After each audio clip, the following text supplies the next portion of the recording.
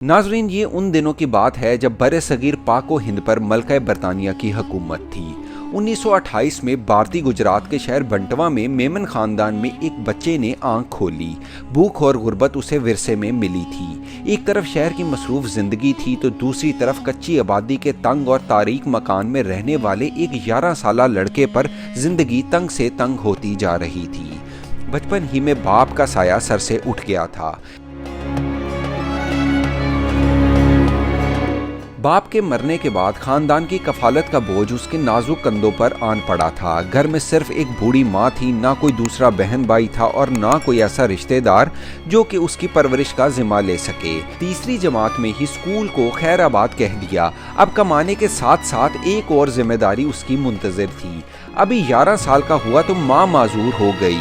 जब माँ को भूख लगती तो अपने हाथों से उसे खाना खिलाता, उसको नहलाता, उसके कपड़े बदलता, गर्ज ये कि अपनी माँ की हर ज़रूरत का ख्याल रखता। इस तरह 8 साल का अरसा गुजर गया।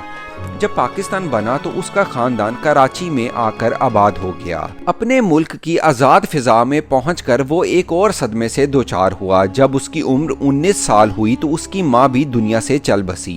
अब तो उसकी दुनिया ही उजड़ गई। अब इस भरी दुनिया में उसका कोई भी अपना नहीं था। अब बज़ाहिर इसकी जिंदगी का कोई मकसद नहीं रहा था, लेकिन उसने अपना मकसद चुना और खूब चुना।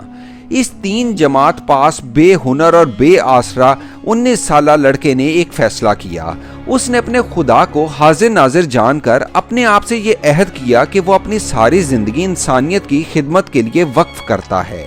अब एक तरफ उसके हालात, उसकी गुर्बत और उसकी बेकसी उसका मजाक उड़ा रही थी कि तुम एक यतीम और गरीब बच्चे हो, तुम क्या कर सकते हो, मगर दूसरी तरफ उसका अजीम मकसद था जिसने हर रुकावट को अबूर करते हुए उसको कामयाबी से हमकिनार किया।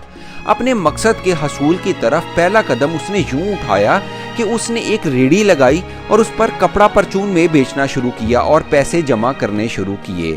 थोड़े थोड़े पैसे कर कर उसने 5,000 रुपये कमा लिए। इन पैसों से उसने एक छोटी सी डिस्पेंसरी की बुनियाद रखी जिससे मोहल्ले के गरीब मरीजों को मुफ्त दवा मिलती थी। साथ ही साथ इलाके के मुखियर हजरात से अपील करके 2 लाख रुपए भी जमा कर लिए। आहिस्ता आहिस्ता डिस्पेंसरी से तरक्की करके एक हस्पताल और कराची शहर में एम्बुलेंस सर्विस भी शुरू कर दी।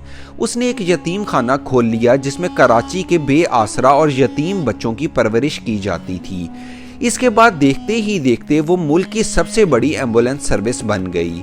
उसकी खिदमात को खराजे तहसीन पेश करने के लिए उसे 5 आलमी और 11 मुल्की सतह के अवार्ड से भी नवाजा गया और इस 3 जमात पास आदमी को एक मारूफ गैर मुल्की तालीमी इदारे ने PhD की एजाजी डिग्री भी पेश की। इतनी सारी कामयाबियों के बावजूद दुखी इंसानियत का वो मसीहा जिसने अपना कोई बैंक बैलेंस नहीं बनाया था, बल्कि वो एक दरवेशाना जिंदगी गुजार कर गया। यकीनी तौर पर आप ये जान चुके होंगे कि ये कहानी जिस अजीम पाकिस्तानी और जिस अजीम इंसान की है उसको आज दुनिया अब्दुल सत्तार ईदी के नाम से याद करती है। बड़ी मंजिल की इस मुसाफिर की जिंदगी का सफर आखिरकार 8 जुलाई 2016 को इख्तिताम पजीर हुआ, मगर उसकी खिदमात को रहती दुनिया तक याद रखा जाएगा। नाजरीन, इस कहानी को सुनकर मैंने जो अखज़ किया वो ये है कि इंसान की ज़िंदगी का मकसद जितना भी बड़ा हो, नतीजा भी उतना ही बड़ा हासिल होता है। इसलिए हमें चाहिए कि जब हम अपनी ज़िंदगी की गोल सेट करें तो इस बात का ख्याल रखें कि हमारा मकसद हकीर और सतही सा ना हो। हम में से हर कोई ये चाहता है कि उसकी ज़िंदगी में उसको शानदार नताइज मिले, मगर हमारे मकासद इन नताइज के मुताबिक नहीं होते। मिसाल के तौर पर कुछ लोग सोशल मीडिया पर सस्ती शोहरत हासिल करने के लिए तरह तरह की उल्टी सीधी हरकतें करते हैं, मगर वो ये नहीं जानते कि शोहरत से ज़्यादा बड़ी चीज़ इज़्ज़त है जो लोगों के दिलों में होती है। और इज्जत कमानी पड़ती है जैसे पैसा कमाया जाता है। उसके लिए मेहनत और मुशक्कत की भट्टी से गुजरना पड़ता है, खुद को ज़माने की गर्म हवाओं में जलाना पड़ता है। अब जिसका मकसद शोहरत की बजाय इज्जत होगा वो मेहनत के रास्ते पर चलकर उसको हासिल करने की कोशिश करेगा और एक न एक दिन उसे पा भी लेगा। अब सस्ती शोहरत का तलबगार शॉर्टकट ढूंढेगा। अब हम पर भी ये है कि हम बड़ा नतीजा हासिल करना चाहते हैं तो किसी अजीम मिशन को अपनी जिंदगी का मकसद बनाएं। जैसे अब्दुल सत्तार ईदी ने एक अजीम मिशन को अपनाया और उसका नतीजा भी एक अजीम कामयाबी की सूरत में पाया।